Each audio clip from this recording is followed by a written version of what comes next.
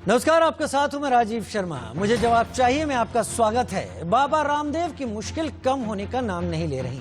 Allopath पर दिए उनके बयान के बाद विवाद थमता नहीं नजर आ रहा। अब बिहार के पटना में बाबा रामदेव के खिलाफ आईएमए ने नया मोर्चा खोला है। साथ ही आईएमए ने बाबा रामदेव की गिरफ्तारी की भी मांग की है। बाबा रामदेव के बयान को आईएमए बिहार ने अपमानजनक और डॉक्टर्स के हौसले को तोड़ने वाला करार दिया है। गौरतलब है कि जो डॉक्टर्स कोरोना संकट में देश के लिए दिन रात जुटे रहे, उनके खिलाफ लगातार बयानबाजी से देश के डॉक्टर्स खासे नाराज हैं और लगातार बाबा रामदेव से माफी की मांग कर रहे हैं। बाबा रामदेव के बयान को लेकर विवाद पर हम चर्चा करेंगे अपने मेहमानों के साथ, लेकिन उससे पहले आईएमए बिहार का बाबा रामदेव पर क्या कहना है आपको सुनाते हैं। मॉडर्न मेडिकल साइंस ने बनाकर सारी दुनिया को कोविड से मुक्त करने का उपाय कर रही है। ऐसे समय हमारे देश में एक ऐसे तथाकथित लोकप्रिय व्यक्ति रामदेव ने एलोपैथी चिकित्सा के खिलाफ जहरीला वक्तव्य, दुर्भावनापूर्ण वक्तव्य, लोगों को कंफ्यूज करने वाला वक्तव्य दिया है। साइंस के खिलाफ, डॉक्टरों के खिलाफ, वैक्सीनेशन के खिलाफ, जो भारत के कानूनों के अंतर्गत में क्रिमिनल एक्ट की श्रेणी में आता है। आईएमए जो बिहार देश के सबसे बड़ा डॉक्टरों का, मॉडर्न मेडिसिन के डॉक्टरों का एक संगठन है, वो इसके लिए ये बहुत ही दुर्भाग्यपूर्ण स्थिति आई है कि उसको ऐसे तथाकथित बाबा, तथाकथित आयुर्वेद के डॉक्टर का विरोध करना पड़ रहा है। हम आयुर्वेद के खिलाफ नहीं है। आयुर्वेद की एक सीमा है जिसको हम जानते हैं, लेकिन मॉडर्न मेडिसिन भी आयुर्वेद से बहुत कुछ सीखा है। लेकिन आज आयुर्वेद के नाम पर अगर कोई बाबा जो वो गलत सलत अपने व्यापार करने के लिए, अपनी दवाई का प्रचार करने के लिए, जिस दवाई का कोई ऑथेंटिसिटी नहीं है, उसको प्रचार करने के लिए अगर वो इस ढंग का काम करता है, तो आईएमए और डॉक्टरों के बारे में, हमारे मॉडर्न मेडिकल साइंस के बारे में और ये जो आपका वैक्सीन है, इसके खिलाफ प्रचार करेगा। तो आईएमए पूरे देश में जिस ढंग से कर रहा है, बिहार आईएमए भी अपने सभी ब्रांचेस को निर्देश दे दिया है कि वो सभी लोग इस कथित बाबा के खिलाफ केस करें, क्रिमिनल केस करें, थाने में भी करें और जरूरत पड़े तो इसको कोर्ट तक ले जाएं और इस बाबा को सजा मिलनी चाहिए, इसकी गिरफ्तारी होनी चाहिए। इसकी जगह जेल में है, क्योंकि कोविड की इस लड़ाई में सरकार ये काम नहीं करती है, तो मैं समझूंगा कि कोविड की लड़ाई कमजोर पड़ेगी। और रामदेव के खिलाफ विरोध प्रदर्शन की दो तस्वीरें अब हम आपको दिखाने जा रहे हैं। दिल्ली और सिलीगुड़ी में किस तरह बाबा रामदेव का आईएमए विरोध कर रहा है, ये दो तस्वीरें उसकी बानगी हैं। दोनों ही तरफ डॉक्टर्स अपने हाथों में रामदेव के खिलाफ पोस्टर्स और प्लेकार्ड लेकर खड़े हुए हैं। रामदेव के खिलाफ कार्रवाई की मांग कर रहे हैं और उनका कहना है कि रामदेव के बयानों के चलते जो कोरोना के खिलाफ लगी हुई चल रही एक मुहिम है, उसको धक्का पहुंचाने की कोशिश की गई है।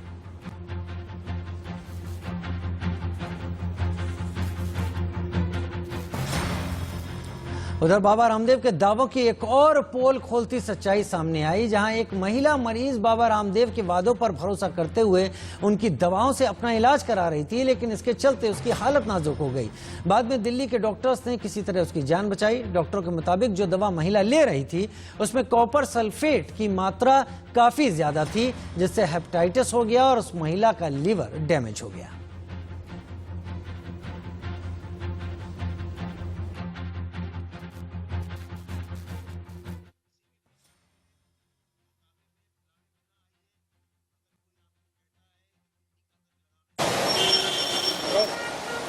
बाबा रामदेव की दवाइयों पर तमाम सवाल उठते रहे हैं।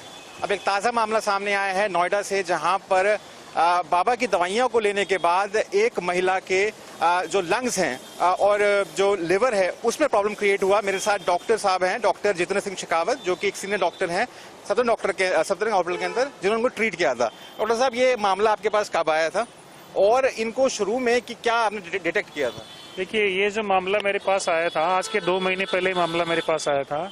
और इसमें क्या था कि जो फीमेल है, वो फीमेल पेशेंट की कंप्लेंट थी कि उनको ना पीलिया हो गया था, उनका लीवर सीवियरली डैमेज हो गया। जब उनके इन्वेस्टिगेशंस कराएंगे, एलएफटी और वो करवाया गया, तो उसमें उनका जो बिलिरुबिन है वो 7 था और जो लीवर के बाकी एंजाइम्स हैं वो सारे के सारे डिरेंज थे। और तो मुझे उस टाइम पर कुछ समझ में नहीं आया कि ऐसा कैसे हो सकता है, क्योंकि उनका टिपिकल पिक्चर लग रहा था कि जैसे उनको हेपेटाइटिस हो रखा है। बट बाद में जब उनके इन्वेस्टिगेशंस किए गए तो हेपेटाइटिस के सारे टेस्ट थे वो नेगेटिव थे। फिर उनका हमने सोचा कि भाई इनको ऑटोइम्यून हेपेटाइटिस हो सकती है, तो फिर ऑटोइम्यून हेपेटाइटिस के रिगार्डिंग हमने कुछ टेस्ट और भी कराए। उनके लीवर का फाइब्रोस्कैन कराया गया और फाइब्रोस्कैन में जो रिपोर्ट आई उसमें भी लग रहा था कि यस हेपेटाइटिस वाला पिक्चर है। लीवर में काफ़ी चेंजेस थे और एल्कोहल की कोई स्थिति थी नहीं और ना ही कोई पेशेंट की कॉन्टैक्ट की स्थिति किसी हेपेटाइटिस वाले पेशेंट्स के। तो फिर और थोड़ा सा उसको डीपली जाकर के हमने सोचा कि इनकी लीवर की बायोप्सी करा के देखते हैं। तो लीवर की जब बायोप्सी हुई तो बायोप्सी में पता लगा कि नॉर्मल बायोप्सी आ रही है।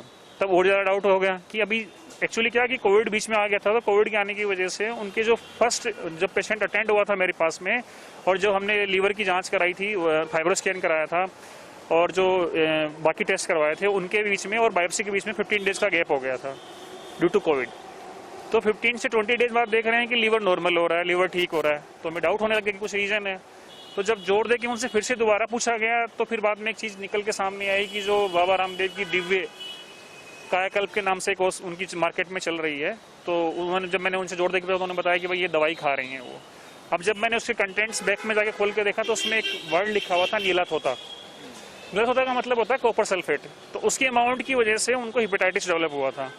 और ये बात एक जायज़ बात है कि अगर आपकी दवाई का साइड इफेक्ट पॉसिबल हो सकता है तो आपको पेशेंट को समझा के भेजना चाहिए कि भाई इस दवाई को ज़्यादा लेने पे ये दिक्कत हो सकती है। अगर आपको ये दिक्कत होती है तो आपको आके डॉक्टर को बताना है या दवाई को रोकना है। तो उसे ऐसा कोई भी गाइडलाइन नहीं बताया गया था पेशेंट को और पेशेंट ने कंटिन्यूस उसको इस्तेमाल किया। और बाद में जब उनसे जोड़ दे के पूछा गया तो उन्होंने बाद में बताया कि इससे पहले भी उन्होंने ये दवाई खाई थी और तब भी इनको सेम कंप्लेंट हुई थी, उनको पीलिया वगैरह सब कुछ हो गया था। इन्होंने उस महिला पेशेंट को ठीक किया है जिनकी जो लिवर है वो बताया जा रहा था 70 to 80% डैमेज हो गया था क्योंकि वो दवाइयाँ कंज्यूम कर रही थी बाबा रामदेव की बनाई हुई। मैं राहुल गौतम, नोएडा से इंडिया न्यूज के लिए। तो ये वो कहानी थी जो नोएडा से निकल कर आई, जहां पर ऐसा कहा जा रहा है कि जो रामदेव की दवाइयां हैं उनको खाने से एक तरह का रिएक्शन हुआ, महिला के लीवर को डैमेज हो गया। तमाम डॉक्टर साथ थे हमारे संवाददाता के और बता रहे थे कि इसकी वजह उस दवाई में इस्तेमाल किए जाने वाला नीला थोता था। लेकिन रामदेव की मुश्किलें यहां पर ही कम नहीं हो रही। कांग्रेस के नेता दिग्विजय सिंह ने रामदेव पर तीखा हमला बोला है। उन्होंने ट्वीट किया और ये लिखा कि पेट्रोल डीजल की कीमतों पर रामदेव को उन्होंने घेरा। उन्होंने लिखा कि ढोंगी रामदेव को पहचानने में लोगों को बहुत देर लगी। ये दिग्विजय सिंह का ट्वीट है। शुरू से ही रामदेव बीजेपी का एजेंट था। 5 नवंबर 2011 की तारीख थी। पेट्रोल का दाम 68 रुपए था। तब रामदेव जालंधर में साइकिल पर विरोध का अनुलोम विलोम कर रहे थे। आज पेट्रोल 100 के पार है तो सन्नाटे की सांसें खींचे हुए हैं।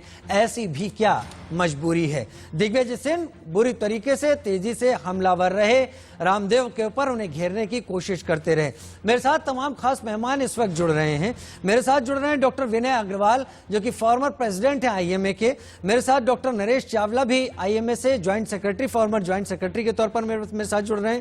राम गोपाल दीक्षित साहब आयुष मंत्रालय के सदस्य हैं और एक आयुर्वेदाचार्य हैं, वो भी डॉक्टर राम गोपाल दीक्षित हमारे साथ जुड़ रहे हैं। विष्णु शर्मा हमारे साथ बार काउंसिल ऑफ इंडिया को चेयरमैन हैं, वो भी हमारे साथ इस वक्त जुड़ रहे हैं। सबसे पहले डॉक्टर विनय अग्रवाल आपके पास ही आता हूं। कई सारी चीजें हैं। एक हमने खबर नोएडा से दिखाई जहां पर जो तमाम डॉक्टर्स इलाज कर रहे थे, एक महिला का उनका कहना है कि रामदेव की एक दवा खाने से महिला की स्थिति खराब हो गई। अभी रामदेव और आईएमए के बीच में रार और झगड़ा अभी उसी जगह पर बना हुआ है या इसके खत्म होने के संकेत आपको लगते हैं? वजह क्या है जो लगातार बढ़ता जा रहा है? राजीव जी, मैं शुरुआत करूंगा इस कंट्रोवर्सी की जो आप दे रहे हैं कि सबसे पहले मैं बहुत आदर से और आदर पूर्व मैं अपने आयुर्वेदिक डॉक्टर्स को नमस्कार करता हूं और मैं ये कहना चाहता हूं कि इंडियन मेडिकल एसोसिएशन की आयुर्वेदिक प्रैक्टिस से कोई भी किसी प्रकार का मतभेद नहीं है। दूसरी बात, इसी मतभेद में मैं दूसरा एंगल लाना चाहता हूं। क्या लाला रामदेव, मैं उनको लाला कहता हूं, मैं माफी चाहता हूं ऐसा शब्द इस्तेमाल कर रहा हूं क्योंकि मुझे बाबा कहते हुए शर्म आती है, कि लाला रामदेव क्या आयुर्वेदिक डॉक्टर हैं? क्या वो आयुर्वेदिक डॉक्टर्स को रिप्रेजेंट करते हैं? क्या वो आयुर्वेदिक काउंसिल को रिप्रेजेंट करते हैं? क्या वो इंटीग्रेटेड मेडिसिन काउंसिल को रिप्रेजेंट करते हैं? क्या वो मिनिस्ट्री ऑफ आयुष को रिप्रेजेंट करते हैं?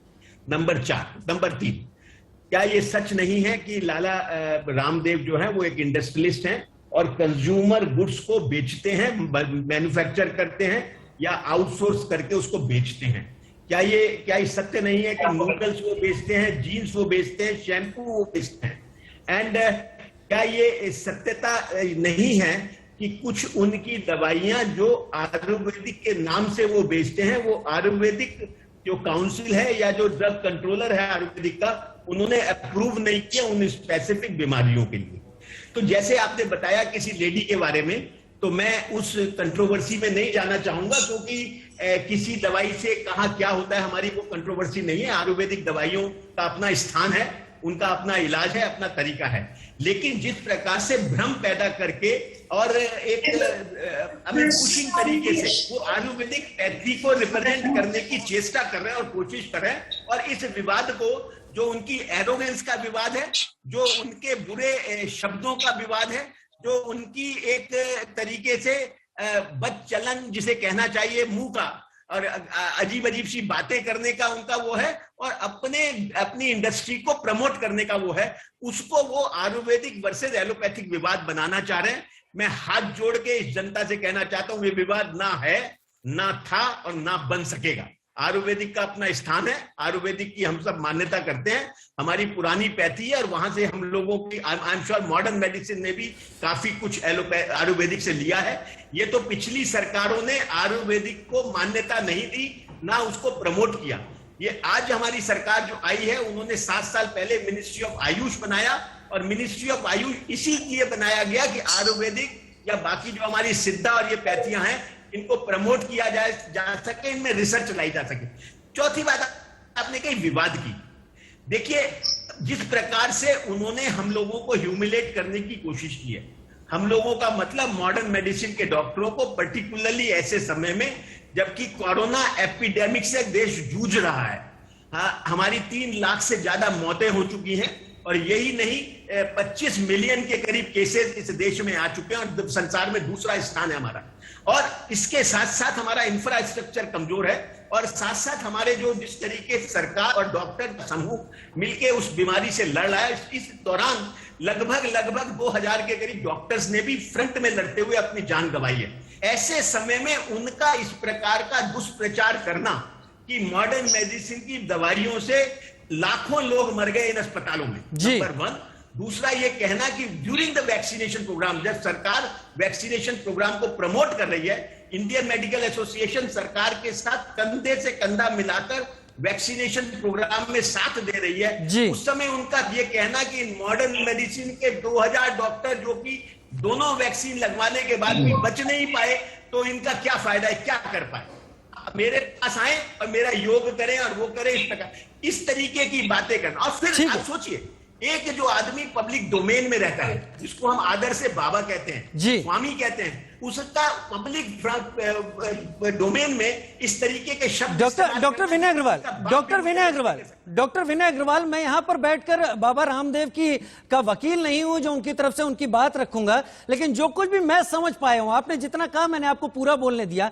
बाबा रामदेव ने अपनी तरफ से सफाई भी पेश की है, माफी भी मांगी है, साथ में यह भी कहा कि शुरू में ही यह बात सामने आई थी कि उन्होंने लोगों का एक व्हाट्सएप मैसेज पढ़ के सुनाने की कोशिश की थी। उसके पीछे उनके तमाम रीजन हो सकते हैं, लेकिन यह भी बात सही है कि उन्होंने माफी भी मांगी। डॉक्टर नरेश चावला मेरे साथ जुड़े हुए हैं। डॉक्टर नरेश चावला, माफी मांगी जा चुकी है और उस पर अपनी तरफ से अपनी प्रतिक्रिया बाबा रामदेव की भी सामने आई है, तो इसको इतना ज्यादा खींचते चले जाना, मैं आप लोगों की तरफ से ही जानना चाहता हूं कि दिल्ली के बाद महाराष्ट्र भी हुआ, अब पटना में भी हो गया, और भी तमाम जगहों पर हो गया, ये अंतहीन लड़ाई तो नहीं चलती रहेगी बाबा रामदेव और आईएमए के बीच में एलोपैथी और आयुर्वेदिक के रूप में?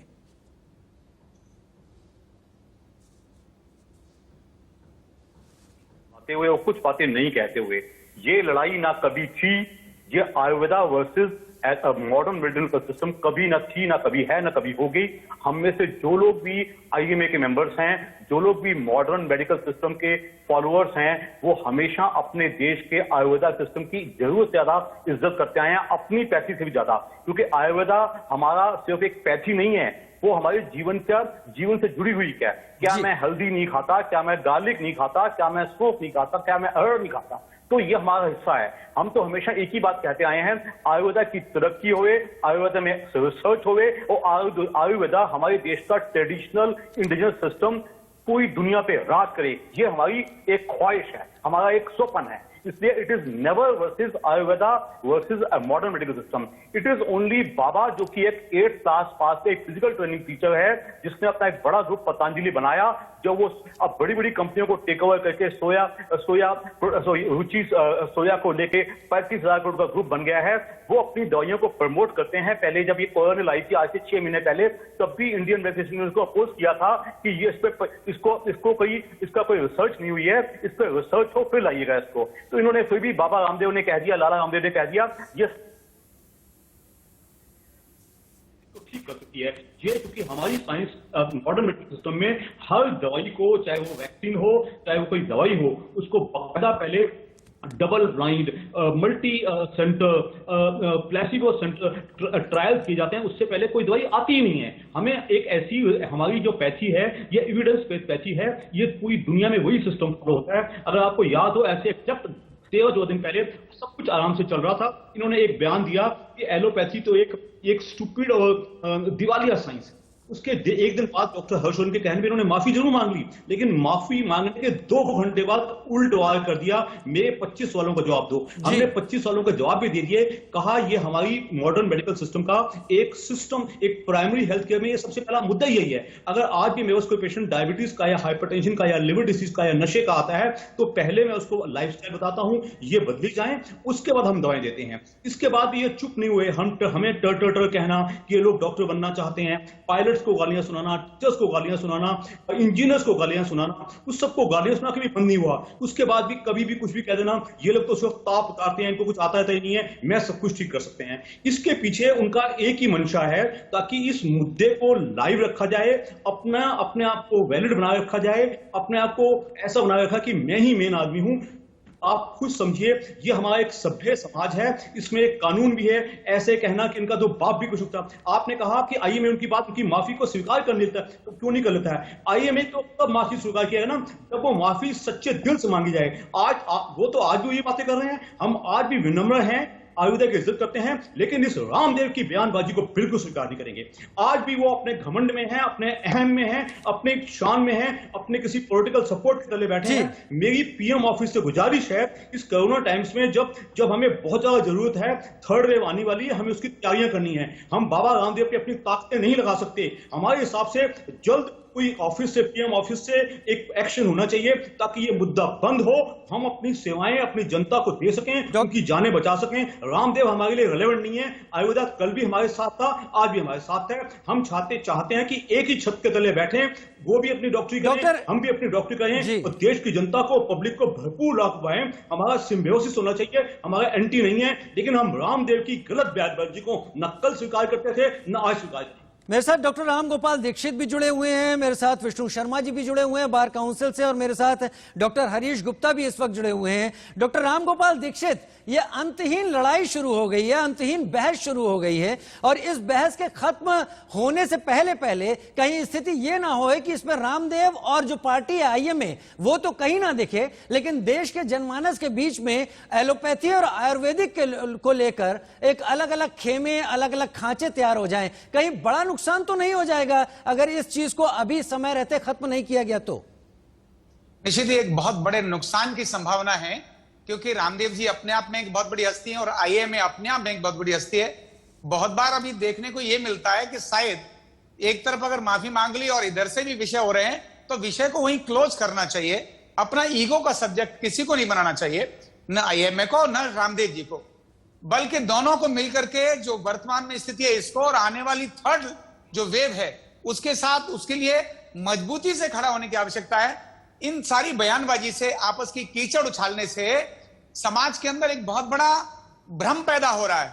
वो कहने लगते हैं, क्योंकि बहुत बार वो ये देखने लगते हैं कि यार कहीं आयुर्वेद की वैक्सीन और मेडिसिन में कोई नुकसान वाला विषय तो नहीं, तो इधर से दूसरी तरफ, जैसे अभी हम चैनल पर देख रहे थे, मैं भी देख रहा था कि आयुर्वेद की मेडिसिन ने किसी ने एक नुकसान कर दिया, इस प्रकार का है। एक बहुत बड़ा भ्रम इस समय क्रिएट हो रहा है समाज में, और एक गैप तैयार हो रहा है बहुत बड़ा। और किस प्रकार का गैप तैयार हो रहा है कि जो पिछले 50 वर्षों से एलोपैथ के कुछ प्रमुख लोगों के कारण से जो पैथियां डाउन गई थी, ये योजनाबद्ध तरीके से सरकारों ने, जो जैसे मेरे साथी यहां बैठे हैं डॉक्टर नरेश चावला जी और श्री विनय अग्रवाल जी ने जिस प्रकार का बड़ी विनम्रता से अपनी बात को रखा कि भाई आयुर्वेद को अभी पिछले 10 सालों से ही या 5-7 सालों से ही विकसित करना शुरू किया है। तो इससे पहले बहुत बड़ी तरीके से इन प्राचीन पद्धतियों को धकेला गया था और जबरदस्ती एलोपैथ को वहां ये प्रस्तुत किया गया था कि ये सब घटिया हैं, सिर्फ एक अकेला एलोपैथी सुपर है। ये जो मैसेज जा रहा था, आज आयुष मंत्रालय बनने के कारण से इनको महत्व मिला है। तो कहीं जो दबी हुई भावना थी हमारे समाज की, और जो एक तरह से, जैसे एक छोटी बात कहता हूं, कौन कौन सी चीजों पर लोगों को अभी भी नेगेटिव चीजें आती हैं। इतना रेस्पेक्टिव सिस्टम है हमारा एलोपैथ का, बहुत बढ़िया काम करता है, लेकिन फिर भी छोटी छोटी चूक, जैसे डॉक्टर अपनी फीस लेता है, लेकिन एक्सरे और एमआरआई कराने के लिए उसका एक निश्चित कमीशन हो जाता है, और मेडिसिन में भी कमीशन हो जाता है। इससे कॉमन मैन इरिटेट हो जाता है, उसको लगता है जब मैंने फीस दे दी है तो मुझे ये कमीशन परसेंटेज मेरा क्यों, हो सकता है मेरा एमआरआई सस्ते में हो जाता। तो एक जो गैप आपस के विचारों का ऑलरेडी समाज में है जी, ये आपस की ये जो लड़ाई है ये और ज्यादा गैप बना रही है। मेरा निवेदन अपने सभी प्रमुख लोगों से है, भारत सरकार से भी है, और खासकर आईएमए के जो प्रमुख लोग हैं, बड़ा दिल हम सबको दिखाने की आवश्यकता है, स्वामी रामदेव जी को भी दिखाने की आवश्यकता है। आयुर्वेद इस देश का विज्ञान है। इस पेंडेमिक में बहुत बड़ा रोल निकलकर उसका आया है। 95% जनता आयुर्वेद के कारण से आज अपने को सुरक्षित बना रही है, इम्यूनिटी बढ़ा रही है, और वैक्सीन भी लगा करके डबल डोज व्यक्ति हर प्रकार से अपने को प्रोटेक्ट करने की तैयारी में आ रहा है।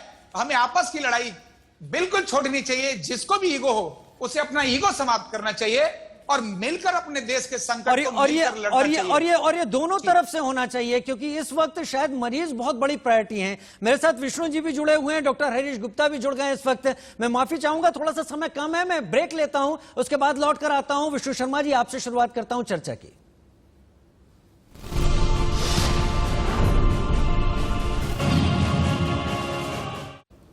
हम लगातार चर्चा कर रहे हैं एलोपैथी और आयुर्वेद के बीच पैदा हुई उस तल्खी से, जिसके शुरुआत में बाबा रामदेव का वो बयान काफी जिम्मेदार माना जा रहा है जब उन्होंने तमाम सवाल उठाए थे। हालांकि इसके बाद आईएमए की तरफ से कड़ा प्रतिरोध जताने के बाद बाबा रामदेव ने माफी भी मांगी, लेकिन उसके बावजूद एक के बाद एक देश के अलग अलग इलाकों में बाबा रामदेव के खिलाफ एफआईआर दर्ज हो रही है। कुछ एक मामले ऐसे भी आ रहे हैं कि जिन दवाइयों को वो प्रमोट करते रहे हैं उनके चलते मरीजों की स्थिति भी खराब हुई है। मेरे साथ तमाम खास मेहमान इस वक्त जुड़े हुए हैं। ये तमाम खास मेहमान एलोपैथी विधा से हैं, जिसमें से डॉक्टर राम गोपाल दीक्षित आयुर्वेदाचार्य हैं, आयुष मंत्रालय में सदस्य भी हैं, डॉक्टर विनय अग्रवाल आईएमए के former president, doctor Naresh Chawla मेरे साथ, विष्णु शर्मा इस वक्त जुड़े हैं को chairman bar council of India से, और साथ ही मेरे साथ हरीश गुप्ता साहब भी, डॉक्टर हरीश गुप्ता जुड़े हैं नेशनल मेडिकल कमीशन की तरफ से। विष्णु शर्मा जी मेरे साथ इस वक्त जुड़े हैं और उन्हीं से चर्चा की शुरुआत कर लेता हूं।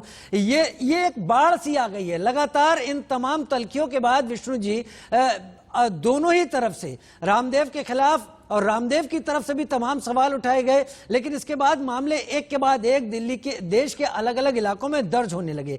कई सारे मामले दर्ज हो चुके हैं। क्या ये बेवजह का विवाद है या इसमें रामदेव जी मुश्किलों में फंसते हुए आपको दिखाई पड़ते हैं? देखिए, दिल्ली हाई कोर्ट में अभी हियरिंग हुई थी, उस हियरिंग में आप समझिए कि आईएमए के ऊपर क्या सवाल उठाए गए थे। इस पेंडेमिक में दिल्ली हाई कोर्ट ने आईएमए से पूछा था कि क्या ये समय है कि एक व्यक्ति की व्यक्तिगत राय को लेके आप देश में बवाल मचाएं, कि अपनी फ्री विल है, 19 उसको एक आजादी देता है कि उसने एक चीज अपने लिए तो उसको कहनी थी, उन्होंने कह दी। अब आप अगर उसके लिए अगर बवाल मचाएंगे और पूरे देश का एक मुद्दा बनाएंगे तो ये आईएमए जैसी संस्था के लिए बड़े शर्म की बात। पहली आप दिल्ली हाई कोर्ट की टिप्पणी पढ़ लें। दूसरी बात यह है कि आप ये देखें कि आईएमए कर क्या रहा है। इस पैंडेमिक में 1.5 साल के बीच में आपने आईएमए का कोई स्टेटमेंट देखा? कौन सी दवाई लेनी है, कौन सी दवाई नहीं लेनी है, किस तरीके का इलाज के लिए इन्होंने रिकमेंडेशन की हो, कोई डोनेशन लेके, कोई डॉक्टर्स के लिए, कोई सिस्टर्स के लिए, कोई कंपाउंडर्स के लिए। आपने 1.5 साल में कोई पैंडेमिक के दौरान आईएमए का कभी नाम सुना आपने? मैंने नहीं सुना और मेरे जैसे 130 करोड़ लोगों ने नाम नहीं सुना। सिर्फ एक व्यक्ति जो भगवा वस्त्र पहनता है, एक व्यक्ति जो हिंदुत्व की बात करता है, एक व्यक्ति जो देश में प्रॉपरली आयुर्वेद का को बढ़ावा देने की बात करता, तब आईएमए में जो तथाकथित लोग हैं, आईएमए के सारे डॉक्टर्स को विरोध नहीं है, जो 3,30,000 से ज्यादा जो स्ट्रेंथ है उनको नहीं है।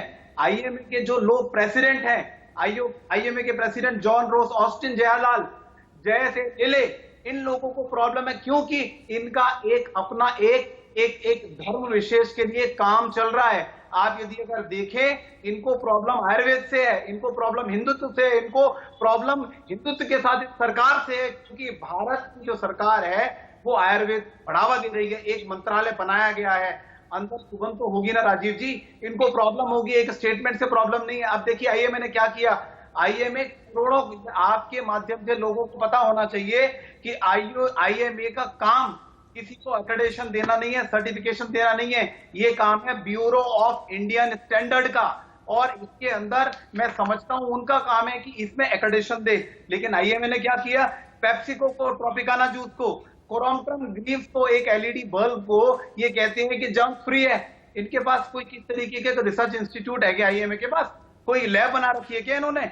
एंटीसेप्टिक डिटॉल को देते हैं, केंट वायर प्यूरिफायर को देते हैं, वाटर प्यूरिफायर को, एशियन पेंट को, यूरेका फोर्ब्स को, डाबर को, यूनिलीवर के प्रोडक्ट्स को और प्रॉक्टर एंड गैम्बल के प्रोडक्ट्स को। आप देखिए करोड़ों रुपया लिया जा रहा है।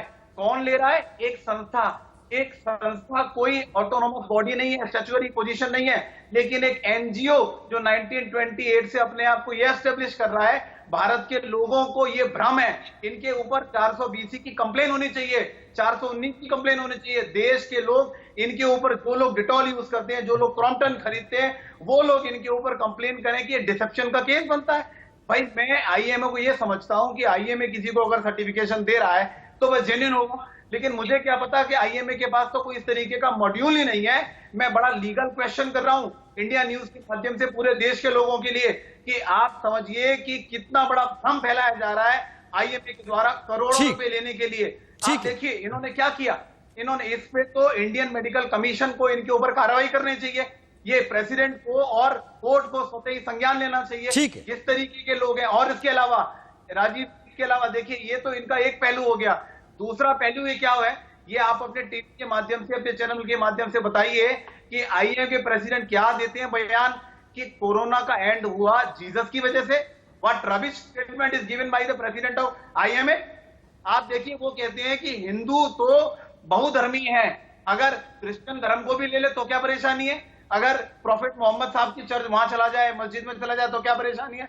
मुझे बड़ा शर्म आती है कि एक आईएमए का प्रेसिडेंट एक डॉक्टर होके बात करते हैं मॉडर्न साइंस की, कि आप मॉडर्न साइंस की ज्ञाता है, मॉडर्न साइंस की बात करते हैं। उस बारे में विष्णु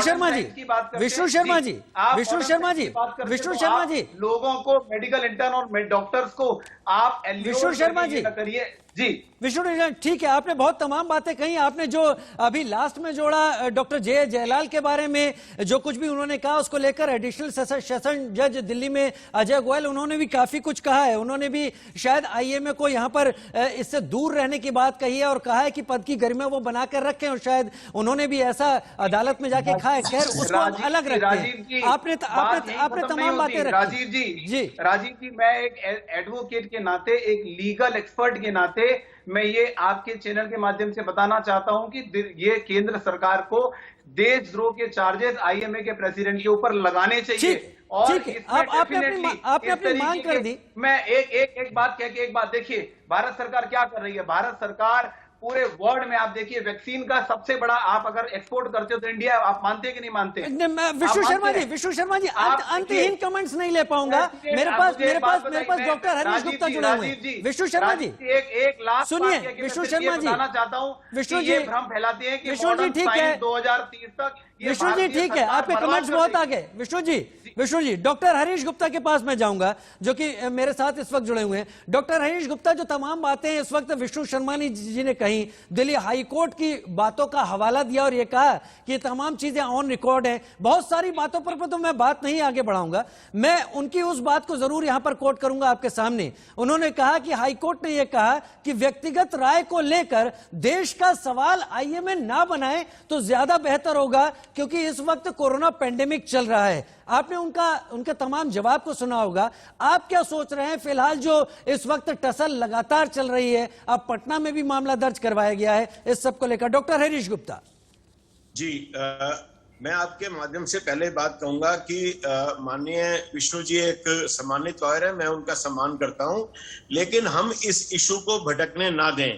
एक राम किशन यादव जी जो एक सिर्फ फिजिकल इंस्ट्रक्टर हैं, उन्हें सिवाय योगा के इंस्ट्रक्शन के 8th क्लास उसकी फॉर्मल एजुकेशन है। पहली बात तो वो आयुर्वेदा के कोई भी उनके पास अथॉरिटी नहीं है कि वो हमारे सम्मानित आयुर्वेदिक डॉक्टर्स और हमारे में कोई रिफ्ट करें। आयुर्वेदा के लिए उन्हें कोई बोलने का अधिकार नहीं है। अगर वो कहते हैं मैंने ये ठीक कर दिया तो लॉ ऑफ द लैंड के अगेंस्ट उनको अरेस्ट करना चाहिए। हमारे देश में अगर किसी के पास डॉक्टर की डिग्री है तभी वो प्रैक्टिस कर सकता है, नहीं तो एक कानून है एंटी क्वैकरी, उसके अंदर उसके ऊपर कानूनी धाराएं लगती हैं। एक नंबर, उनको कोई अथॉरिटी नहीं है, वो एक खामखा है जो 8th class pass physical instructor हैं। वो अपना अगर योगा में ट्रेनिंग लिए तो योगा कराएं, उससे आगे कुछ नहीं। दूसरा, उन्होंने भारत के पूरे 4 लाख से ज्यादा लाखों डॉक्टर्स का अपमान किया है जो कोरोना वॉरियर्स अपनी जान की परवाह किए बिना 1.5 साल से लोगों की निस्वार्थ सेवा कर रहे हैं, उनका अपमान किया है। हमारे 1000 से जो ज्यादा लोगों ने अपनी जान दे दी है, उन शहीदों का अपमान किया है। हमारी पूरी पैथी जो पूरे वर्ल्ड में डॉक्टर्स का, पूरे वर्ल्ड में जो आज डॉक्टर्स भारत की पताका लहरा रहे हैं कि इंडियन डॉक्टर्स बहुत अच्छे हैं, बहुत काबिल हैं और बहुत संवेदनशील है, उन लोगों का आपने अपमान किया है। जिस वैक्सीनेशन ड्राइव के लिए हमारे भारत के प्रधानमंत्री ने कहा कि जो भी लोग वैक्सीनेशन ड्राइव को डिरेल करना चाहते हैं उनके अगेंस्ट कार्रवाई होनी चाहिए, इन्होंने भारत की वैक्सीनेशन के अगेंस्ट बोल के हजारों लाखों लोगों के आज जिंदगी को संशय में डाल दिया है। जो लाखों लोग आज अस्पताल में अपना इलाज करा रहे हैं, आईसीयू में सांसें अपनी गिन रहे हैं, उन लोगों को भ्रम में डाल दिया है कि हम एलोपैथिक से इलाज कराएं कि नहीं। इन्होंने ऐसा किया है जब देश के अंदर एक वॉर चल रही है, वॉर के सैनिकों का इन्होंने हतोत्साहित किया है, उनका अपमान किया है। इनके ऊपर स्ट्रिक्ट से स्ट्रिक्ट कार्रवाई होनी चाहिए। बाकी मुद्दों को भटकाने की कोई जरूरत नहीं है। बाबा रामदेव अगर चाहते हैं ये विवाद खत्म हो, वो देश के टीवी चैनल पे आए और सशर्त बिना किसी शर्त के माफी मांगे। उन्होंने ऐसा अपराध किया है जो एक बहुत ही ज्यादा गंभीर है। मैंने बोला उन्होंने हमारे शहीदों का अपमान किया है। और अगर उन्होंने एक बात मेरी बस कंप्लीट करूंगा, उन्होंने शिक्षकों का अपमान किया, पायलट्स का अपमान किया और उन्होंने पूरी ये जितने हमारे इंजीनियर्स हैं उनका अपमान किया। उन्हें अपने अलावा कोई दिखता ही नहीं है। यानी माफी मांगने से यानी doctor Harish Gupta formal education ठीक है, डॉक्टर हरीश गुप्ता बोल सकते हैं देश के कानून के अंतर्गत। आप कह रहे हैं डॉक्टर हरीश गुप्ता माफी मांगने से कम पर कुछ भी नहीं होगा। हालांकि बाबा रामदेव माफी मांग चुके हैं। रामदेव की माफी और किस रूप में आनी चाहिए समझना होगा, लेकिन हाईकोर्ट की इस बात को भी ध्यान में रखना होगा कि किसी व्यक्तिगत राय को लेकर उसको देश का सवाल नहीं बनाना चाहिए। खैर, आपने अपनी बात रखी। मेरे साथ डॉक्टर विनय अग्रवाल भी जुड़े हुए हैं। डॉक्टर विनय अग्रवाल कहते हैं जो सेवा होती है वो बिना किसी भाव के की जाती है। सेवा जब मूल्य आधारित हो जाती है तो वो सेक्टर बनता है और लिहाजा यही कहा जाता है कि भारत में एक हेल्थ सेक्टर है जो कि बहुत बड़ा हो गया है, जो कि बहुत विशाल हो गया है आर्थिक रूप से। मेरा यह कहना है कि बिजनेस दोनों है।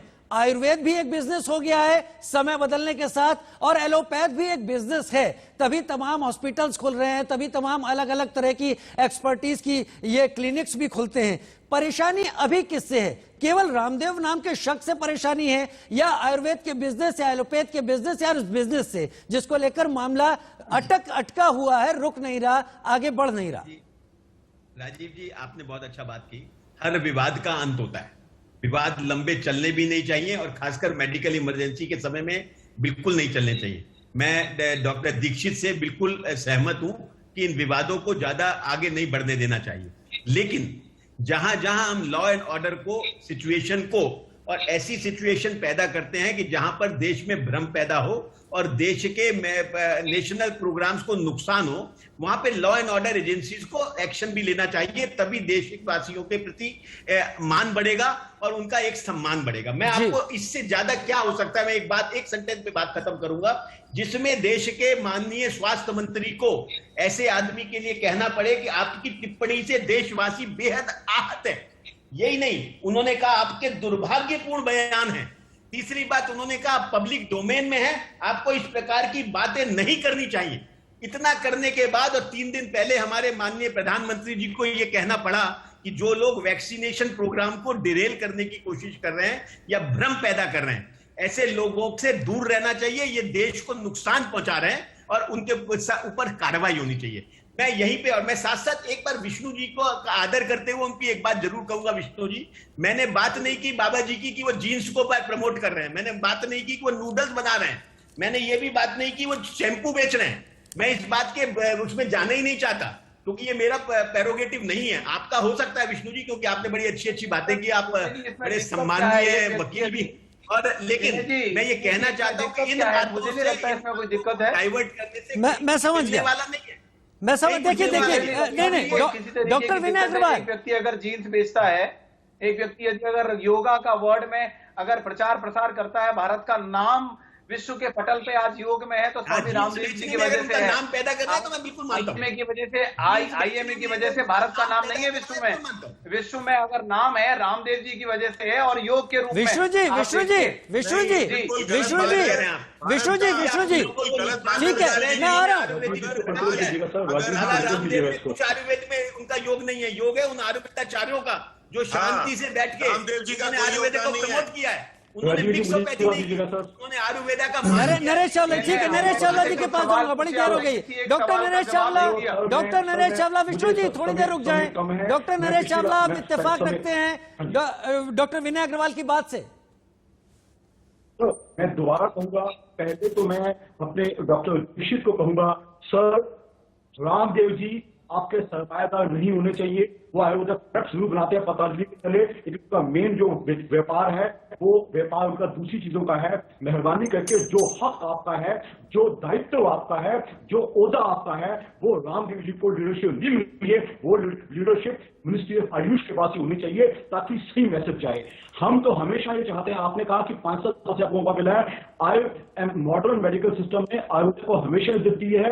जैसे जैसे हम तरक्की करना चाहते हैं by trials and by proper research, ठीक है, हम चाहते हैं।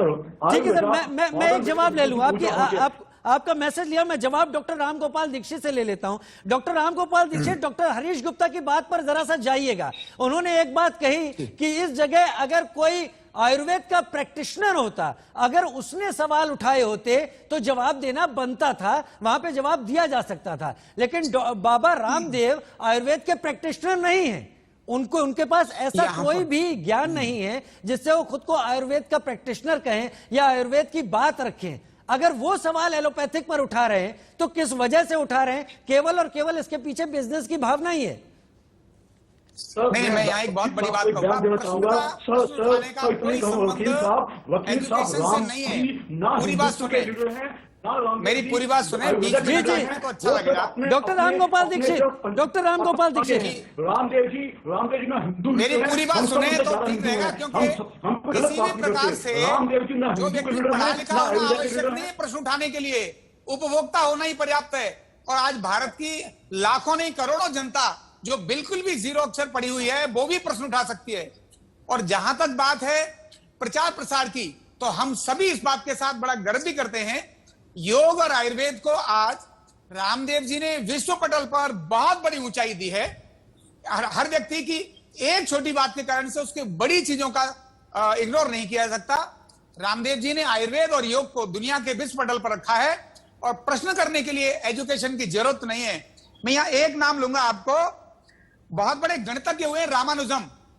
उन्होंने पढ़ाई क्या की? कुछ भी पढ़ाई नहीं की। इतिहास देखें, उनके पास कोई भी फॉर्मल एजुकेशन नहीं थी, लेकिन उनके बनाए हुए कितने सारे फॉर्मूले आज भी लोग उनको सॉल्व नहीं कर पा रहे। प्रोफेसर हार्डी ने उस समय उनका बहुत बड़ा रेस्पेक्ट किया। स्किल का सम्मान होना चाहिए, हुनर का सम्मान होना चाहिए, व्यक्ति के जज्बा का और विजन का सम्मान होना चाहिए। 10 क्यूब प्लस 9 क्यूब और 12 क्यूब प्लस 1 क्यूब का जो उन्होंने फार्मूला दिया, मैं समझ गया आपका मैसेज, आप मैसेज क्या दे रहे हैं, मैं समझ गया। विष्णु जी मेरे साथ जुड़े हुए हैं, मैं चावला जी आ रहा हूं, नरेश चावला जी आ रहा हूं, विष्णु जी मेरे साथ जुड़े हुए हैं। विष्णु जी, आपसे अगर तल के सवाल पूछूं, आपने कोर्ट की बात रखी और कोर्ट का आपने कोर्ट किया दिल्ली हाई कोर्ट को कि इस पूरे पैंडेमिक में व्यक्तिगत राय को लेकर इतना ज्यादा देश का सवाल बनाना उचित नहीं है, लेकिन क्या इसके पीछे बिजनेस सबसे बड़ी सोच नहीं रहा है? जैसे मैंने कहा कि एलोपैथ एक बिजनेस है, है तो है, हमको मानना चाहिए। आयुर्वेद भी उसी तरह बिजनेस आगे बन रहा है, और कोरोना काल में अगर ये सेवा कर रहे हैं तो इसका एक बिजनेस एंगल भी साथ में चल रहा है। तो क्या इस वजह से ये बयान इस दुर्भावना के तहत नहीं दिया गया? और अगर दिया गया, वैसी सोच है, तो माफी मांग लेने में क्या घट जाता है? जो जितना झुकता है उतना ही बड़ा माना जाता है। राजीव जी, एक पुरानी कहावत है, चोर की दाढ़ी में तिनका।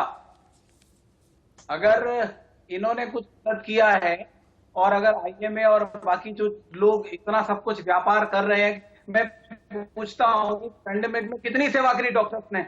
आप मुझे 100 डॉक्टर ऐसे बता दिए जिन्होंने फ्री ऑफ कॉस्ट 1300 डॉक्टरों ने, देश में 1300 डॉक्टरों ने अपनी जान गंवाई है। ये मैं आपकी जानकारी के लिए रख रहा हूं। लाखों लोगों ने पहले में 700 से ज्यादा, दूसरी दूसरी लहर में 650। राजीव जी, डॉक्टर कोई अमर बेल नहीं खा के आए हैं, लाखों लोगों ने कमाई है। उनमें डॉक्टर भी हैं, जजेस भी हैं, उनमें इंजीनियर्स भी हैं, उनमें जर्नलिस्ट भी हैं, उनमें ब्यूरोक्रेट्स भी हैं, उनमें एमएलए भी हैं, उनमें एमपी भी हैं। क्या बात कर रहे हैं आप? एमएलए एमपी ने जान नहीं गवाई, ब्यूरोक्रेट्स ने जान नहीं गवाई। लोग दर जितना सेवा कर रहे हैं, आप मुझे बताइए, डॉक्टर के 1000 डॉक्टर ने जान गवाई। 1000 डॉक्टर आप देखेंगे 130 करोड़ लोगों में 1,500 जान गवाई। तो मुझे एक बात बताइए, आप देखिए पूरा अगर देखेंगे पूरा रेट 130 करोड़ में कौन ऐसा प्रोफेशनल है जिसने जान न गवाई? और मुझे बताइए, इस टाइम में डॉक्टर्स ने कौन सा फ्री ऑफ कॉस्ट सेवा का काम किया? 5,000 रुपए का बेड 70,000 का दिया, 1,000 रुपए की दवाई को 10,000 रुपए का बेचा। इन्होंने एक बेड से लेके सारा सब कुछ किया।